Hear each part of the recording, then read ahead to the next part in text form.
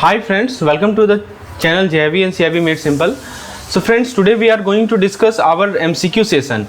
Already I provided you four separate lecture covering the theory session of unit number 26. आज के video में दोस्तों हम लोग यूनिट नंबर 26 के MCQ सेशन को डिस्कस करेंगे और यूनिट नंबर 26 है components of assets and liabilities.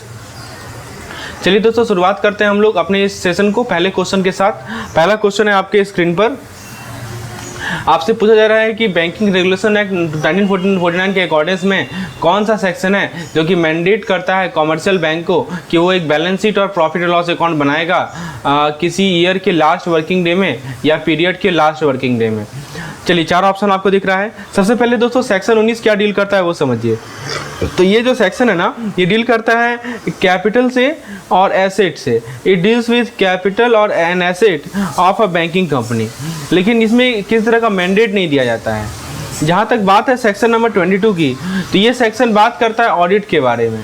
तो बैंकिंग रेगुलेशन एक्ट का जो सेक्शन नंबर 22 है ऑडिट के बारे में बात करता है, लेकिन यहाँ पे कोई अकाउंट कोई प्रिपरेशन का टाइम फ्रेम नहीं दिया गया है।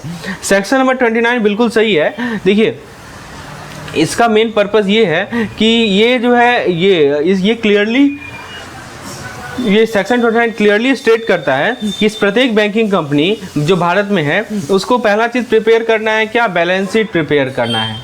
पहला क्या प्रिपेयर करना है, बैलेंस शीट प्रिपेयर करना है, और दूसरा क्या प्रिपेयर करना है, profit and loss account prepare करना है। समझे। तो बैलेंस शीट एक डॉक्यूमेंट होता है जिसमें कंपनी का फाइनेंशियल पोजीशन जो है समराइज किया जाता है, ठीक है, स्पेसिफिक पॉइंट ऑफ टाइम में, जो कि बताता है कि इसका एसेट कितना है, इसका लायबिलिटीज कितना है। और प्रॉफिट एंड लॉस अकाउंट एक स्टेटमेंट होता है जो कि कंपनी के रेवेन्यू और एक्सपेंस को बताता है ओवर स्पेसिफिक पीरियड। समझे।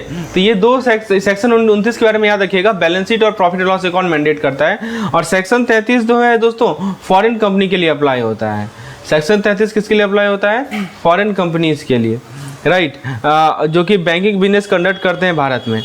तो दोस्तों कहने का मतलब कि सेक्शन 29 इसका सही जवाब है। यदि सही जवाब की बात करें तो section 29 is the correct answer. क्यों?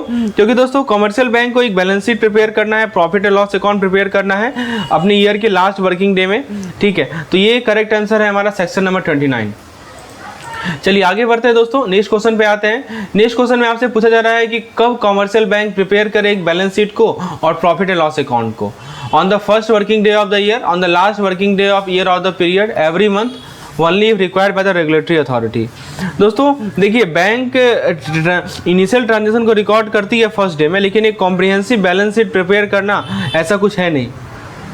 तो ये तो ऑप्शन नहीं होगा। बी ऑप्शन सही है इसका। ऑप्शन सी को देखते हैं, एवरी मंथ। तो दोस्तों इन सभी अकाउंट को मंथली ऑब्टेन करना एक वर्कलोड हो जाएगा, ठीक है। तो बैंक अपने फाइनेंस को क्लोजली ट्रैक करती है और फॉर्मल रिपोर्ट को दिया जाता है एनुअली या स्पेसिफिक इंटरवल पे। ऑप्शन डी, इसीलिए ये भी गलत है। ऑप्शन डी कह रहा है only required by the regulatory authority. तो दोस्तों ये जो है हमारा रेगुलेटरी बॉडी रिक्वेस्ट कर सकते हैं रिपोर्ट को किसी भी समय पे, लेकिन बैंकिंग रेगुलेशन एक्ट मैंडेट करता है कि आप उसे ईयरली प्रिपेयर कर लें। तो that's why option number B जो कर रहा है कि on the last working day of year of period, ये एक्यूरेट आंसर है, क्योंकि एक्ट में क्लियरली लिखा हुआ है expiration of each calendar year as the default time frame with potential for variation based on government notification. सरकार ने notify कर दिया कि नहीं चलो मंथ के बीच में करना है तो आपको करना पड़ेगा, लेकिन बाय डिफॉल्ट क्या है हमारा, expiration of the each calendar year. समझे। तो ये ध्यान रखना है आपको। कॉमर्शियल बैंक आप सेक्शन नंबर कौन सा है, तो सेक्शन नंबर है हमारा 29, ठीक है। और उसमें हम ये हमारा ईयर के एंड में या पीरियड के एंड में हमें बैलेंस शीट और प्रॉफिट लॉस अकाउंट प्रिपेयर करना है। नेक्स्ट क्वेश्चन है, इनमें से कौन सा किस चीज़ को हम लोग फंड के सोर्स में इंक्लूड करते हैं। ऑप्शन ए कर रहा है capital and reserves, deposits, borrowing. आइए देखते हैं दोस्तों। देखिए कैपिटल एंड रिजर्व्स का मतलब क्या होता है, मैं आपको एक एक चीज़ समझाता हूँ। ये वो पैसा होता है जो कि ऑनर इन्वेस्ट करते हैं बिजनेस में। जैसे कि इसका एग्जांपल डाल सकते हैं आप, शेयर कैपिटल डाल दें, ठीक है। और जो भी प्रॉफिट सेव किया है, री इन्वेस्ट किया जा रहा है, जिसको हम लोग रिजर्व्स बोलते हैं।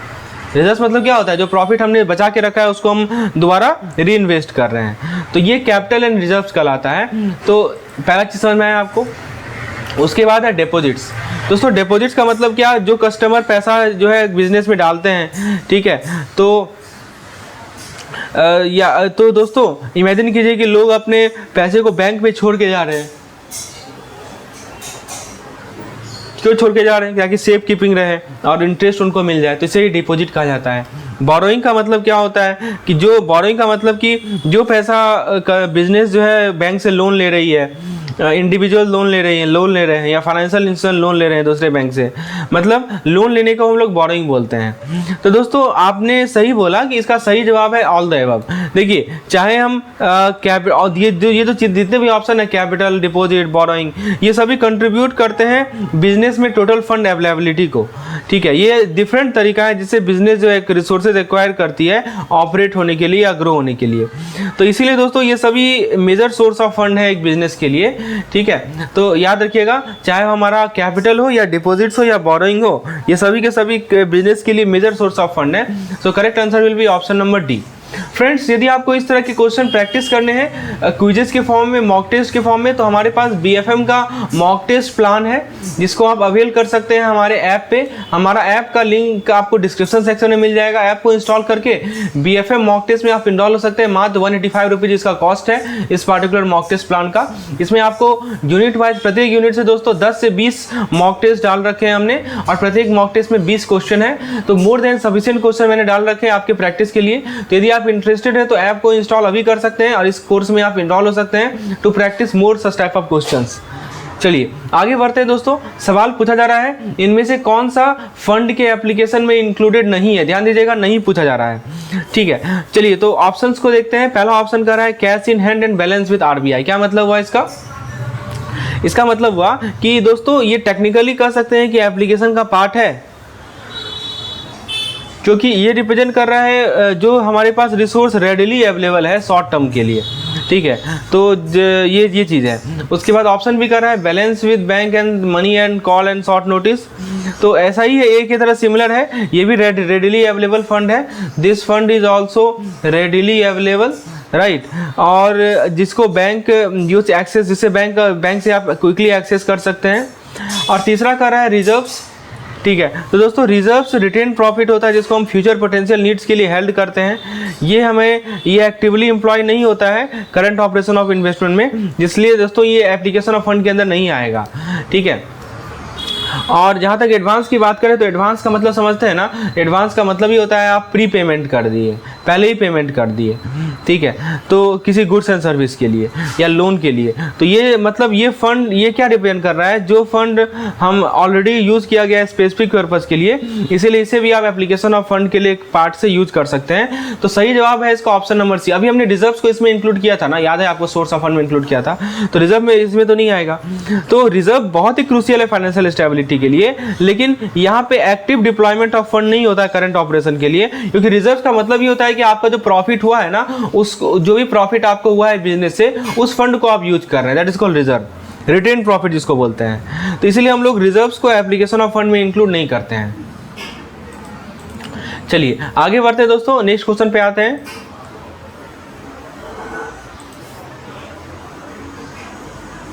सवाल पूछा जा रहा है कि इनमें से कौन सा कथन कैपिटल के बारे में गलत है। Which of the following statement about capital is incorrect. चलिए ऑप्शन ए कर रहा है capital represent the owner stake in a bank. दोस्तों ये स्टेटमेंट सही है। बैंक का कैपिटल वो बताता है कि जो पैसा ऑनर या शेयर होल्डर बैंक में इन्वेस्ट किया है, यानी उनका ऑनरशिप क्या है, उनका क्लेम क्या है अपने प्रॉफिट पे, ये कौन बताता है, हमें कैपिटल बताता है। तो bank capital signifies the money owners और share holder invest in a bank. तो ऑप्शन ए तो बिल्कुल सही है। ऑप्शन बी कर रहा है capital serves as a cushion for depositor and creditor in case of losses. यानी दोस्तों ये भी स्टेटमेंट सही है। यदि आपका कैपिटल बेस हायर है, मतलब एक तरह का सेफ्टी नेट है। ठीक है, कैपिटल बेस हायर है तो मतलब एक तरह का सेफ्टी नेट है डिपॉजिटर और क्रेडिटर के लिए, उसे रिएश्योर कर रहेगा कि बैंक जो है अपने पोटेंशियल लॉसेस को कवर कर सकती है बिना फंड को जियोपार्डाइज किए। मतलब जैसे मान लीजिए कि आपके पास एनफ सेविंग है आपके बिजनेस में, ताकि किसी अनएक्सपेक्टेड लॉस से आप कोप अप कर सकते हैं। तो ये कैपिटल का काम होता है ना। Capital is considered a short term source of fund. दोस्तों ये गलत है।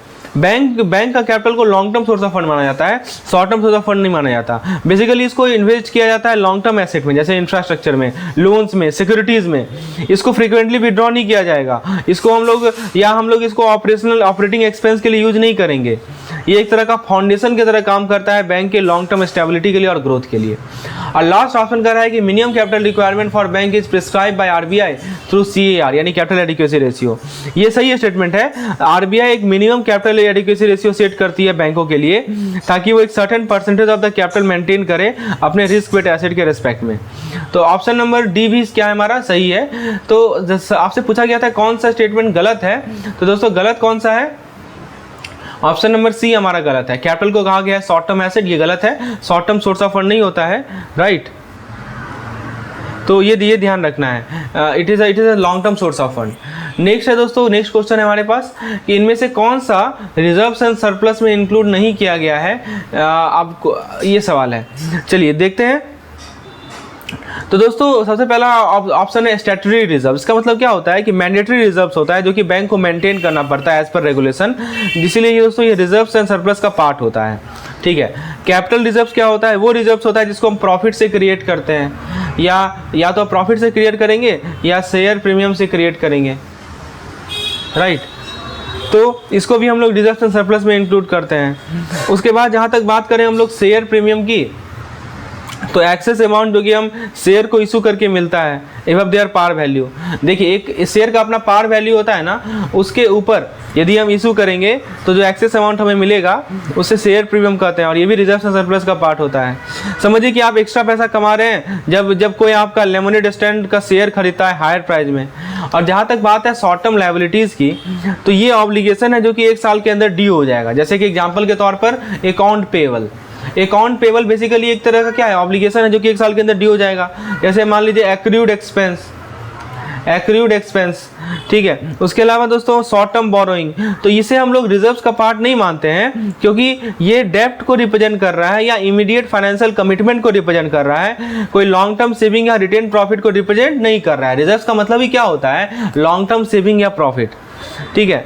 तो जैसे मान लीजिए कि आपको अपने शुगर सप्लायर को पे करना है अगले महीने में, तो ये आपका लॉन्ग टर्म फाइनेंशियल प्लान का हिस्सा तो नहीं ना होगा, ठीक है। तो शॉर्ट टर्म लायबिलिटीज जो है एक तरह का this is not a part of reserves and surplus, that's why option number D को हम एक्सक्लूड कर सकते हैं, ठीक है, क्योंकि ये शॉर्ट टर्म डेब्ट्स को रिप्रेजेंट कर रहा है, जबकि रिजर्व्स होता है लॉन्ग टर्म फाइनेंशियल स्टेबिलिटी और ग्रोथ के लिए।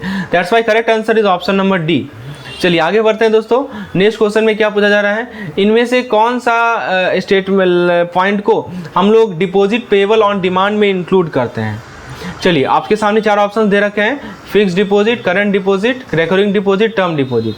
तो डिपॉजिट्स पेएबल ऑन डिमांड में क्या इंक्लूड किया जाता है दोस्तों? फिक्स डिपॉजिट जैसा कि नाम में ही लिखा हुआ है, ये वो डिपॉजिट होता है जो कि लॉक इन होता है स्पेसिफिक पीरियड के लिए, और ये हायर इंटरेस्ट रेट ऑफर करता है compare to on demand account. आप पैसे को विड्रॉ नहीं कर सकते मैच्योरिटी से पहले बिना पेनल्टी चार्ज फेस किए हुए। करंट डिपॉजिट का मतलब क्या होता है कि हाईली लिक्विड अकाउंट है जो कि अलाउ करता है कि आप डिपॉजिट कर सकें और फंड को विड्रॉ कर सकें फ्रीली किसी भी समय पे, ठीक है। तो बिना प्रायर नोटिस का और बिना पेनल्टी का, उसे हम लोग करंट डिपॉजिट कहते हैं।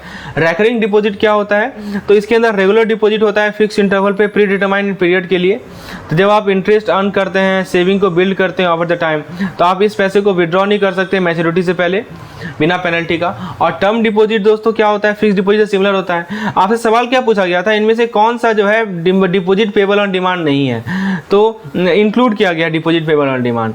तो दोस्तों देखिए इसका सही जवाब है इसका करंट डिपॉजिट, क्योंकि यहाँ पे ऑन डिमांड एक्सेसिबिलिटी होती है डिपॉजिट पेएबल ऑन डिमांड की, ठीक है, और बाकी का टाइम पीरियड फिक्स होता है।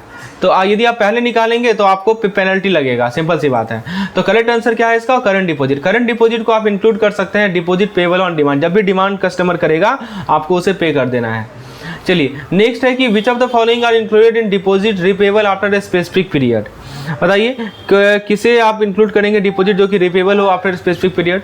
करंट डिपॉजिट को बिल्कुल नहीं। Current deposit readily accessible account होता है, जब चाहे तब डिपॉजिट करें, जब चाहे तब विड्रॉ करें, तो ऑप्शन ए तो होगा नहीं। ऑप्शन बी कर रहा है फिक्स डिपॉजिट। दोस्तों फिक्स डिपॉजिट क्या होता है कि स्पेसिफिक पीरियड के लिए फिक्स होता है और आपको हायर इंटरेस्ट रेट ऑफर करता है compare to on demand account. आप मनी को लॉक इन करवा सकते हैं और अर्ली विड्रॉल की जगह तो पेनल्टी चार्ज लगेगा। तो ये पॉइंट है, तो ये तो हो सकता है ना दोस्तों, deposit payable on demand after specific period.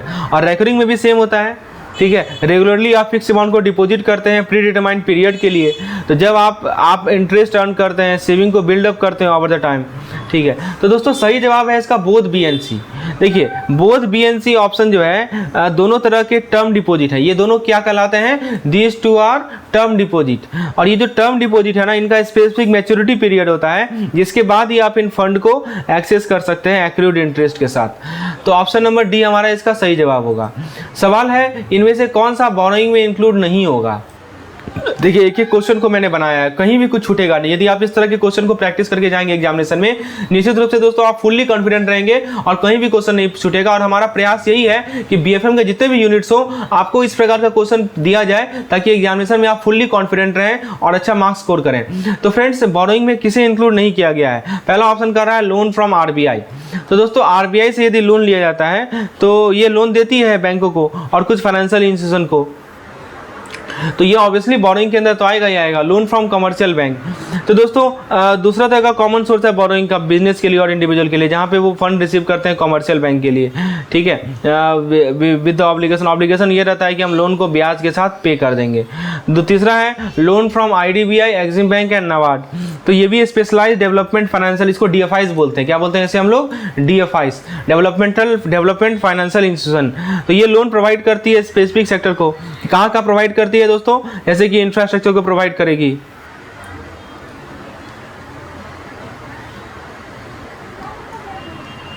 तो ये एक स्पेशलाइज समझ में आया, स्पेशलाइज डेवलपमेंट फंड डीएफआईस है जो कि लोन प्रोवाइड करती है स्पेसिफिक सेक्टर को, जैसे इंफ्रास्ट्रक्चर, एक्सपोर्ट एंड एग्रीकल्चर को। और जहाँ तक बात है इक्विटी इन्वेस्टमेंट की, तो इक्विटी इन्वेस्टमेंट का मतलब समझते हैं ना आप? इक्विटी इन्वेस्टमेंट का मतलब कि इन्वेस्टर इंजेक्ट कर रहे हैं कैपिटल आपके बिजनेस में in exchange for ownership share.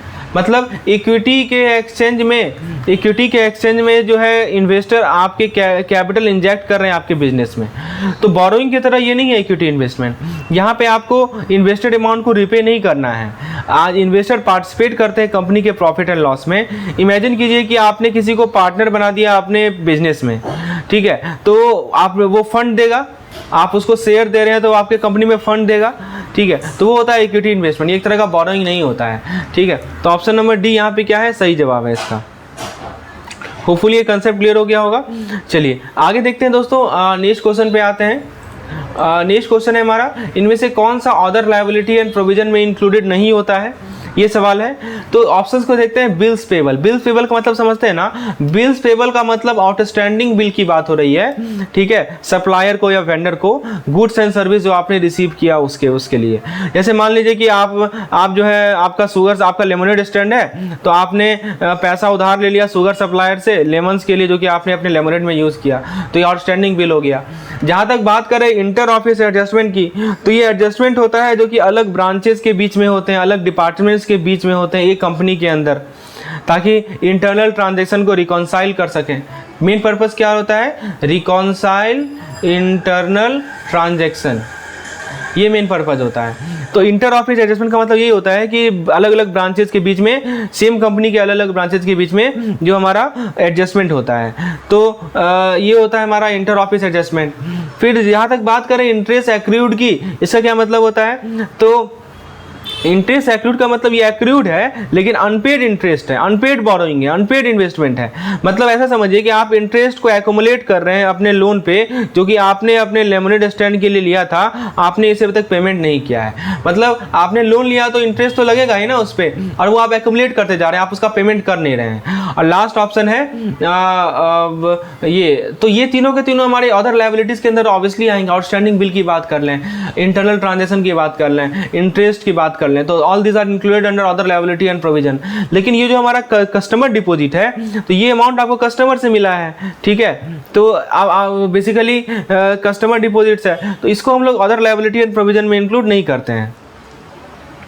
ये एक लायबिलिटी, तो this is called customer deposit, other liability में नहीं आता है। ये सवाल है कि इनमें से कौन सा बिल्स पेबल के अंदर इंक्लूडेड है, ठीक है। बिल्स पेबल में कौन कौन सा इंक्लूडेड होता है वो देखिए। तो सबसे पहला कहता है ड्राफ्ट। ड्राफ्ट का मतलब क्या होता है? रिटर्न ऑर्डर होता है जो कि बैंक को कहता है या दूसरे फाइनेंशियल इंस्टीट्यूशन को कहता है कि डेजिग्नेटेड अमाउंट स्पेसिफिक रेसिपिएंट को पे कर दो, ठीक है, तो इसे हम लोग कहते हैं ड्राफ्ट। तो जैसे मान लीजिए कि आपका बिजनेस है, आपको एक ड्राफ्ट मिला है कस्टमर से लार्ज ऑर्डर के लिए, तो इसे एक बिल्स पेबल माना जाएगा जब तक आप उसे कैश नहीं कर दें, राइट, होगा ना। किसी कस्टमर ने एक ड्राफ्ट दिया, एक लार्ज बड़ा सा ऑर्डर दिया, ठीक है। तो जब तक आप उसको कैश नहीं कर देंगे तो उसे बिल्स पेबल ही तो माना जाएगा। टेलीग्राफिक ट्रांसफर यानी टीटी की बात करें तो इसके अंदर इलेक्ट्रॉनिकली आप फंड को ट्रांसफर करते हैं एक बैंक अकाउंट से दूसरे बैंक अकाउंट में फास्टर ट्रांजेक्शन के लिए। तो यदि मान लीजिए कोई आपको टेलीग्राफिक ट्रांसफर देता है पे करने के लिए तो उसको बिल्स पेबल में ही माना जाएगा। ट्रैवलर चेक की बात करें तो ट्रैवलर चेक प्रीपेड इंस्ट्रूमेंट होता है जो कि ट्रैवल के लिए यूज किया जाता है और बैंक से परचेज किया जाता है। तो यदि मान लीजिए आपका लेमनेड स्टैंड ने ट्रैवलर चेक एक्सेप्ट किया पेमेंट के रूप में तो आप उसे बिल्स पेबल के अंदर ही होल्ड करेंगे जब तक ये बैंक कैशमेंट ना कर दे। और ऑल द अबव की बात करें दोस्तों मतलब ये सभी चीज़ आपने नोटिस किया होगा जितने भी ऊपर के ऑप्शन है ये एक तरह के पेमेंट के फॉर्म में को रिप्रेजेंट कर रहे हैं जो कि एक ऑब्लिगेशन क्रिएट कर रहा है आपके लेमनेड स्टैंड में कि आपको अमाउंट सेटल करवाना है, इसीलिए कहा जाता है बिल्स पेबल। ठीक है, तो ये ध्यान रखना है। तो यहाँ पे चाहे ड्राफ्ट हो, चाहे टीटी हो, चाहे टीसी हो, all these are comes under bill payable. Option number D is the correct answer. Next question है इनमें से कौन सा item, I think this question is repeated, okay, इनमें से कौन सा item cash and balance with RBI के अंदर इंक्लूडेड नहीं है, ये सवाल है। तो देखिए दोस्तों पहला ऑप्शन कर रहा है कैश इन हैंड, तो ये वो फिजिकल कैश है जो कि आपके पास रेडिली अवेलेबल है। ठीक है, उसके बाद दोस्तों बैलेंस विद आरबीआई, तो वो फंड है जो कि आपका एक आरबीआई के साथ अकाउंट है, वहाँ पे पैसा है।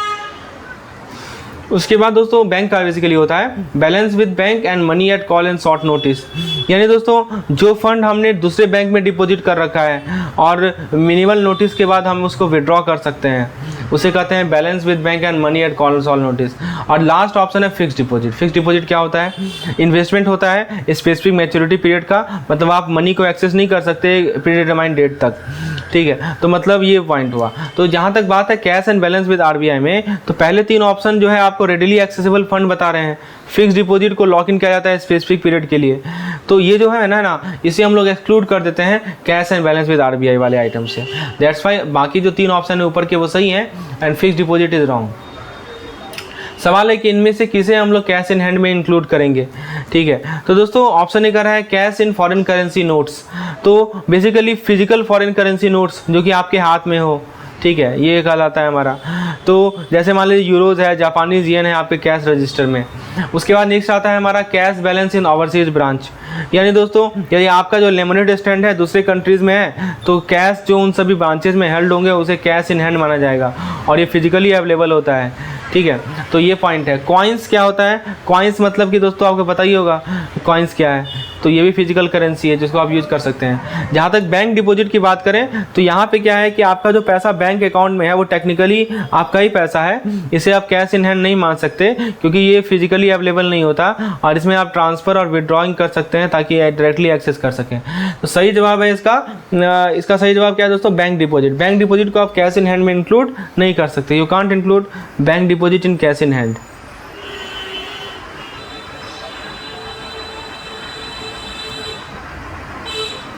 चलिए आगे बढ़ते हैं दोस्तों, नेक्स्ट क्वेश्चन में देखते हैं। तो देखिए इस पार्टिकुलर टॉपिक में किस में क्या इंक्लूडेड है यही पूछा जा रहा है। तो आपको यदि बेहतरीन स्टडी मटेरियल की रिक्वायरमेंट है अभी आगामी CIB एग्जामिनेशन के लिए तो हमारे ऐप को आप इंस्टॉल कर सकते हैं। ऐप का लिंक आपको डिस्क्रिप्शन सेक्शन में मिल जाएगा। JAV and CIB made simple app है और उसमें आपको एक एक चीज़ क्लैरिटी के साथ मिलेगा, चाहे PDF हो, वीडियोज़ हो, मॉक टेस्ट हो, एवरीथिंग।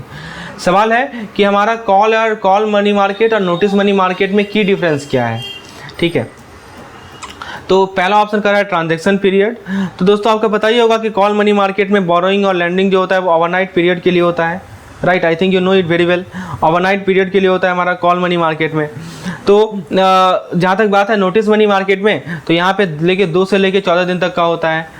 टाइप ऑफ पार्टिसिपेंट की बात करें तो दोस्तों देखिए सही जवाब है इसका ऑप्शन ए ही, क्योंकि ट्रांजैक्शन पीरियड के बेसिस पे ही आप कॉल मनी और नोटिस मनी मार्केट को डिफरेंशिएट कर सकते हैं। जहाँ तक बात है टाइप ऑफ पार्टिसिपेंट में, चाहे दोनों मार्केट हो उसमें सिमिलर पार्टिसिपेंट होते हैं, बैंक होती है, फाइनेंशियल इंस्टीट्यूशन होते हैं, कॉरपोरेशन होते हैं। जहाँ तक बात करें हम लोग रेगुलेटरी ओवरसाइट की, रेगुलेटरी ओवरसाइट बेसिकली दोनों मार्केट्स में सिमिलर रेगुलेशन होता है और रिजर्व बैंक ऑफ इंडिया इसे ओवरसाइट करती है। नेक्स्ट है हमारा कोलेटरल रिक्वायरमेंट। तो दोनों मार्केट जो है रिक्वायर करती है कोलेटरल को वो सिक्योर करे लोन को। तो दोस्तों सही जवाब इसका क्या है, ऑप्शन नंबर ए इसका सही जवाब है कि ट्रांजैक्शन पीरियड के बेसिस पे आप कॉल और नोटिस मनी मार्केट को डिफरेंशिएट कर सकते हैं। सवाल है इनमें से कौन सा इन्वेस्टमेंट के अंदर इंक्लूडेड नहीं होगा। ऑप्शन ए का रहा है गवर्नमेंट सिक्योरिटी। तो गवर्नमेंट सिक्योरिटी डेब्ट इंस्ट्रूमेंट होता है जो कि सरकार इशू करती है, राइट, ताकि फंड रेज कर सके। तो ये हमारा गवर्नमेंट सिक्योरिटी का लाता। दूसरा है अप्रूव्ड सिक्योरिटी। ये फाइनेंशियल इंस्ट्रूमेंट है जो कि रेगुलेटरी अथॉरिटी के द्वारा अप्रूव किया जाता है इन्वेस्टमेंट पर्पज से। जैसे कि मान लीजिए कोई कॉर्पोरेट बॉन्ड हो गया, कोई कॉर्पोरेट बॉन्ड है या म्यूचुअल फंड है, राइट। तो ये हमारा अप्रूव्ड सिक्योरिटी में आता है। तो आपके पास मान लीजिए एक लिस्ट है ट्रस्टवर्दी कंपनीज का जिसका डेप्ट आप इन्वेस्ट कर सकते हैं अपने सेविंग को ग्रो करने के लिए, अप्रूव्ड सिक्योरिटी में आएगा।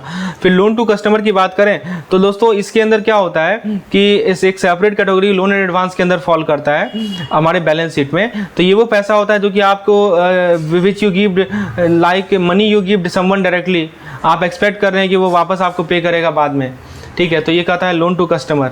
तो दोस्तों लास्ट ऑप्शन है शेयर डिवेंचर एंड बॉन्ड। तो शेयर डिवेंचर एंड बॉन्ड क्या होता है, एक तरह के इंस्ट्रूमेंट होते हैं जो कि ऑनरशिप स्टेक या डेप्ट को रिप्रेजेंट करते हैं आपके कंपनी में। जैसे आप कोका कोला का एक शेयर खरीद लिए ताकि उसके ग्रोथ में पार्टिसिपेट कर सकें, ठीक है। तो दोस्तों पहला जो 3 ऑप्शन है ये क्या रिप्रेजेंट कर रहा है कि holding in various financial instrument with the purpose of generating income और कैपिटल एप्रिसिएशन। तो देखिए इन्वेस्टमेंट में गवर्नमेंट सिक्योरिटी आएगा, अप्रूव्ड सिक्योरिटी आएगा, शेयर डिवेंचर एंड बॉन्ड आएगा। लेकिन आप यदि कस्टमर को लोन दे रहे हैं तो ये हमारा नहीं आएगा, राइट। तो इसको हम इंक्लूड नहीं करेंगे लोन टू कस्टमर अपने इन्वेस्टमेंट पर्पज में। Which item are repayable on demand though they may have a specific due date. तो कैश क्रेडिट क्या होता है, टेम्पोररी एडवांस होता है जो कि बैंक ग्रांट करती है कोई रेडिली मार्केटेबल सिक्योरिटी के अगेंस्ट, ठीक है। तो ये ड्यू ऑन डिमांड नहीं हो सकता है। यहाँ पे देखिए क्या कर रहा है, रिपेबल ऑन डिमांड पूछा जा रहा है, दो दिया में स्पेसिफिक ड्यू डेट, ठीक है। तो कैश क्रेडिट में क्या होता है कि स्पेसिफिकली ड्यू नहीं होता है डिमांड पे, लेकिन they usually have short repayment period और इसको रिकॉल कर सकती है बैंक कुछ सर्कमस्टांस के अंदर। ओवरड्राफ्ट दोस्तों अलाउ करता है कि आपने बैंक अकाउंट बैलेंस से ज़्यादा एक्सीड निकाल सकें एक प्री अप्रूव्ड लिमिट तक। आप ओवरड्रॉन अमाउंट को रिपे कर सकते हैं ड्यू डेट से पहले और कुछ केसेस में ड्यू डेट के बाद बिना पेनल्टी का, कुछ केसेस में। तीसरा ऑप्शन कर रहा है लोन रिपेबल ऑन डिमांड। क्या मतलब होता है कि एग्जैक्टली लोन जो स्पेसिफिकली प्रोवाइड किया जाता है इस एग्रीमेंट के साथ कि लैंडर जो है फुल रिपेमेंट डिमांड कर सकते हैं किसी भी समय पे, चाहे वो ड्यू डेट से पहले ही क्यों ना हो। और जहाँ तक बात है टर्म लोन की, तो टर्म लोन वो लोन होता है जिसका फिक्स रिपेमेंट स्केड्यूल होता है, इंटरेस्ट रेट होता है प्री डिटरमाइंड पीरियड के लिए, आप उसे पहले रिपे नहीं कर सकते, ठीक है। और वो हमारा रिपेबल ऑन डिमांड के कैटेगरी में फॉल नहीं करता है। तो ऑप्शन में क्वेश्चन में क्या पूछा गया है, which item are repayable on demand though they may have a specific due date. तो दोस्तों आप चाहे देखिए कैश क्रेडिट की बात कर लें, ओवरड्राफ्ट की बात कर लें, टर्म लोन की बात करें, मैंने अभी बोला ना कि इसको आप डिमांड रिपेबल ऑन डिमांड पे नहीं कर सकते हैं, ठीक है। तो इनका स्पेसिफिक ड्यू डेट होता है, लेकिन ये जो लोन रिपेबल ऑन डिमांड है ना, आप ड्यू डेट से पहले भी इसको निकलवा सकते हैं, ठीक है। तो ये चीज़ है। सवाल है कि इनमें से कौन सा टर्म लोन के बारे में कथन जो है गलत है। चलिए ऑप्शन ए को देखते हैं। ऑप्शन ए कह रहा है term loan have specific due date. दोस्तों ये बिल्कुल सही है। टर्म लोन के पास एक प्री डिफाइंड मैच्योरिटी डेट होता है जिससे इंटायर लोन अमाउंट को रिपे करना है। दूसरा कह रहा है कि term loan become payable on demand. तो दोस्तों मतलब ये हुआ, ये स्टेटमेंट गलत है। देखिए टर्म लोन को जैसे कि लोन रिपेमेंट ऑन डिमांड होते हैं या ओवरड्राफ्ट होते हैं, टर्म लोन अलाउ नहीं करता लेंडर को कि वो इमीडिएट रिपेमेंट के लिए कॉल करे इसे before the agreed maturity date. तो ये एक फिक्स कॉन्ट्रैक्ट है आपके बैंक के साथ जिसमें लोन के रिपेमेंट का टाइम फ्रेम लिखा हुआ है। तो यहाँ पे डिमांड पे पेबल नहीं होता है टर्म लोन।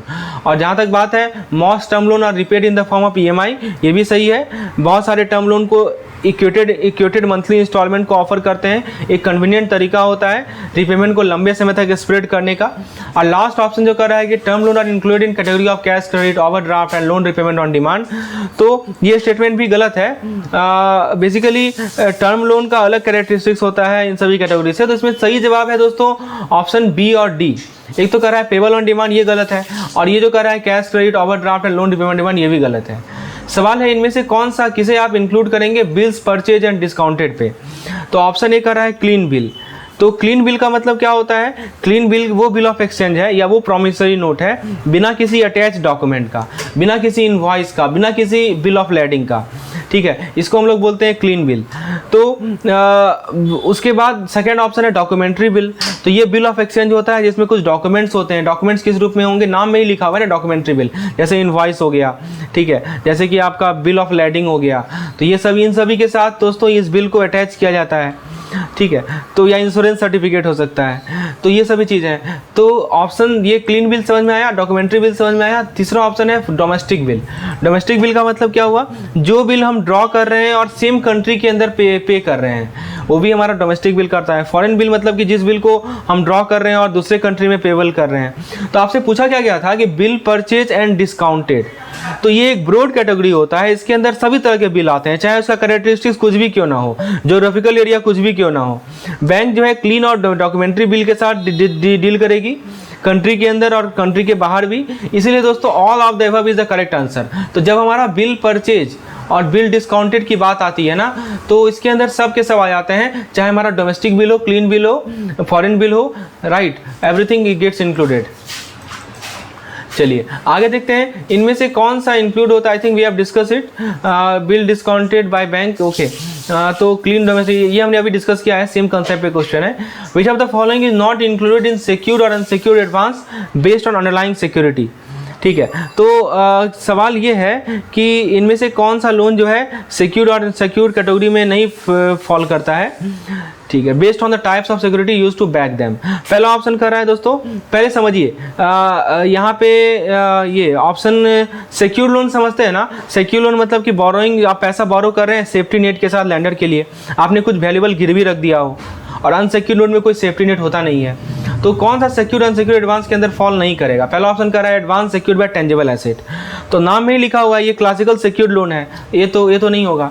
फिर कर रहा है एडवांस कवर्ड बाय बैंक या गवर्नमेंट गारंटी, तो ये भी एक तरह का सिक्योर्ड लोन है जिसमें सरकार बैकिंग दे रही है। अनसिक्योर्ड एडवांस, तो ये एक तरह का जिसमें कोई कोलेटरल नहीं दिया जाता है। फिर तीसरा कर रहा है कि advance secured by intangible asset. दोस्तों ये ऑड वन आउट है, क्योंकि इसके अंदर आइडियाज़ हो गए। अब देखिए, आप सवाल पूछा जाएगा कि इंटेंजिबल एसेट क्या हो जाएगा, तो मान लीजिए आपके आइडियाज़ हो गए, आपका ब्रांड्स हो गया, राइट, फिर आपका रेपुटेशन हो गया, आप इन सभी चीज़ को कोलेटरल के रूप में दे रहे हैं, जो कि कॉमन नहीं होता ट्रेडिशनल सिक्योर्ड लोन के लिए।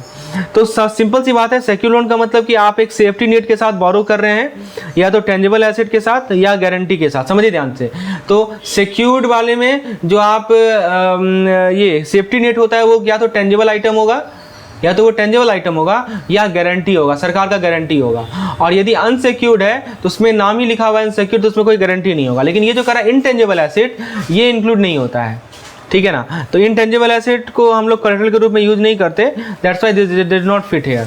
Option number D is the incorrect answer. अब जैसे सवाल है कि इनमें से कौन सा सिक्योर्ड बाय टेंजिबल एसेट में इंक्लूड नहीं होगा।